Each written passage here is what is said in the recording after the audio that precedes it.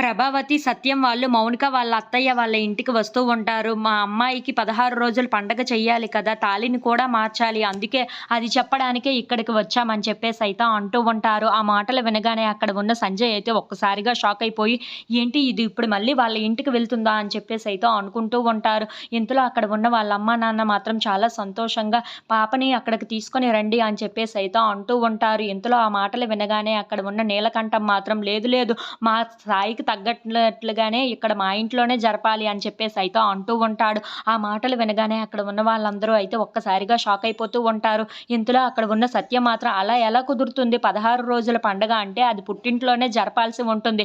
అది పుట్టింట్లోనే జరుగుతుంది. మీరు మా ఇంట్లోనే జరపాల్సి ఉంటుంది అని చెప్పేసైతే అంటూ ఉంటాడు. ఆ మాటలు వినగానే అక్కడ ఉన్న సంజయ్ మాత్రం లేదు లేదు వాడు ఉంటుండగా మేము అక్కడికి రావడానికి నచ్చము. మేము ఆ ఫంక్షన్‌ని కూడా అక్కడ చేయాలనుకోవటం లేదు అని చెప్పేసైతే అంటూ ఉంటాడు. ఆ మాటలు వినగానే అక్కడ ఉన్న సత్యం, ప్రభావతి వాళ్ళు అయితే ఒక్కసారిగా షాక్ అయిపోయి వాళ్ళ వైపు అలా చూస్తూ ఉండిపోతారు. ఇంతలో అక్కడ ఉన్న నీలకంఠం కూడా అవును వాడు ఉంటుండగా మేము అక్కడికి రాలేము. వాడి మొహం చూస్తూ మేము ఉండలేము. మళ్ళీ ఏవో ఒక గొడవలు ఏవో ఒకటి అవుతూ ఉంటాయి.